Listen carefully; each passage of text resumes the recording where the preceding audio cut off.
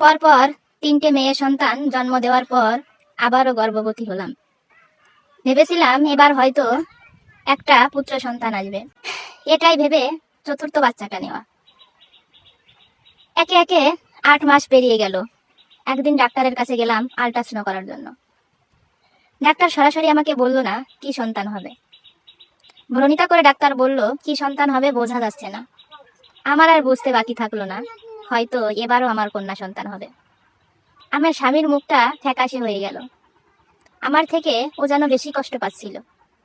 এটা ভেবে কান্না আর কোনোভাবেই থামাতে পারলাম না। ডাক্তারের কাছ থেকে বাড়ি ফিরলাম। খাওয়া নেই, চোখে ঘুম নেই, চিন্তা। আগে 3টে মেয়ে, আবারও যদি মেয়ে হয়। এমনিতেই গরিব সংসার, কিভাবে 4-4টা মেয়ের বিয়ে দেব, কিভাবে চলবে এই সংসার। আগে 3টে মেয়েরই ভালোভাবে ভরণ পোষণ দিতে পারি না, সময় মতো খাবার দিতে পারি না, পরে আরেকটা মেয়ে। একদিন সেই টাইম চলেই আসলো।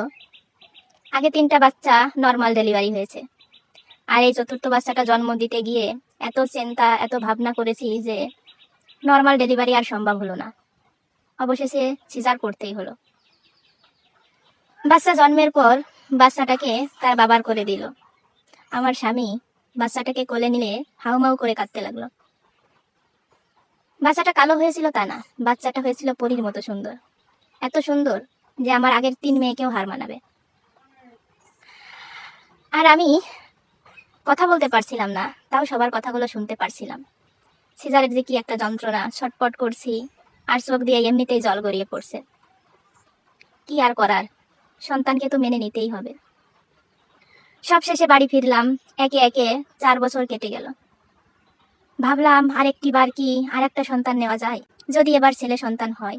এর ভেতর মেয়ে আবার বড়টা ক্লাস 8-এ পড়ে, একটা ছেলের সাথে সম্পর্কে জড়িয়েছে। এইটা বুঝতে পারিনি যে আমাদেরকে ফাঁকি দিয়ে ও এইভাবে চলে যাবে।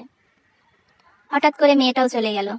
আবার যে একটা বাচ্চা নিব, মান সম্মানের ভেতর পড়ে গেলাম। লোকে কি বলবে, মেয়ের বিয়ে হয়ে গেছে অথচ আবার বাচ্চা নিচ্ছে। কিন্তু কি আর করার, যদি একটা ছেলে সন্তান না হয় পরবর্তীতে আমাদের কে দেখবে। এটা ভেবে মেয়ে চলে গেছে সেটা উপেক্ষা করেও আবার বাচ্চা নিলাম। এটা হলো 5ম বার বাচ্চা নেওয়া। মনের ভেতর এত ভয়, এত দুঃখ, এত কষ্ট কাজ করছে সেটা বলা যাবে না। তারপরে ভাবছি যদি একটা পুত্র সন্তান হয়, এটা ভেবেই বাচ্চা নেওয়া। যখন 8 মাস, তখন আবার গেলাম ডাক্তারের কাছে। ডাক্তার রিপোর্ট দেখেই খুশি, বলল মিষ্টি খাওয়াও। তখন আমার গলায় একটু জল আসলো। ডাক্তার বললো একটা নয়, দুটো ছেলে সন্তান হবে তোমার। তো এটা শুনে আমার স্বামী তো কান্না করে দিল। এটা কোনো কষ্টের কান্না নয়, খুশির কান্না, যে এতদিন পরে সৃষ্টিকর্তা আমাদের মুখের দিকে তাকিয়েছে। তো বাড়ি ফিরলাম, সবাইকে মিষ্টি মুখ করালাম যে আমার একটা নয় দুটো ছেলে সন্তান আসছে। এদিকে মেয়েরও বাচ্চা হবে, মেয়েরও একটা ছেলে হবে, ডাক্তার জানিয়ে দিয়েছে। তো মনে করেন চারিদিকে খুশি আর খুশি। হঠাৎ একদিন সেই শুভক্ষণ চলেই আসলো। সিজার রুমে গিয়েছি। সিজার করার পর প্রথম একটা বাচ্চা, কন্যা। এই সন্তানটা যখন আমার স্বামীর কোলে দিল, আমার স্বামী তো হতবাক। আবারও কন্যা সন্তান? কেন, ডাক্তার যে বলেছিল পুত্র সন্তান হবে, তাহলে কিভাবে কন্যা সন্তান হতে পারে? আমার স্বামী ওইখানে বসেই কান্নাকাটি শুরু করে দিল। তারপর আর একটা বাচ্চা বের করে আনলো, এইটা হলো পুত্র সন্তান। কিন্তু সেই সন্তানটা ছিল অসুস্থ। মেয়ে সন্তানটা এত বড় হয়েছিল যে ছেলে সন্তানটা পেটের ভিতর বাড়ারই সুযোগ পায়নি। একদম এক পাশ চ্যাপ্টা, একদম রোগাটে, তারপরও তার ভিতর পরাণ ছিল।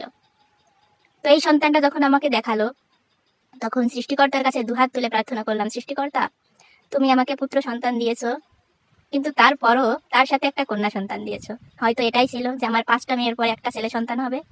তো আমি এতেই খুশি। শুধু আমার ছেলেটাকে ভালো রেখো, সুস্থ রেখো, ও যেন ভালো থাকে, সুস্থ থাকে, আর কিছু নেই তোমার কাছে চাওয়ার। তো সন্তানটাকে যখন আমার স্বামীর কাছে দিল, আমার স্বামী তো কান্না করেই যাচ্ছে। এটা কোনো দুঃখের কান্না ছিল না, খুশির কান্না, যে সৃষ্টিকর্তা আমাদের মুখের দিকে তাকিয়েছে। তো এটাই ছিল কাহিনী। তো আমাদের এমন কাহিনী অহরহ দেখা যায় ঘরে ঘরে, যে একটা পুত্র সন্তানের আশায় মানুষ একের পর এক বাচ্চা নিয়েই চলেছে। কিন্তু এখন আর সেই সিস্টেম নেই। পুত্র সন্তানকেও যেমন গুরুত্ব দেওয়া হয়, একটা কন্যা সন্তানকেও তেমন গুরুত্ব দেওয়া। তো পুরো স্টোরিটা শোনার জন্য অসংখ্য ধন্যবাদ। সবাই ভালো থাকবেন, সুস্থ থাকবেন।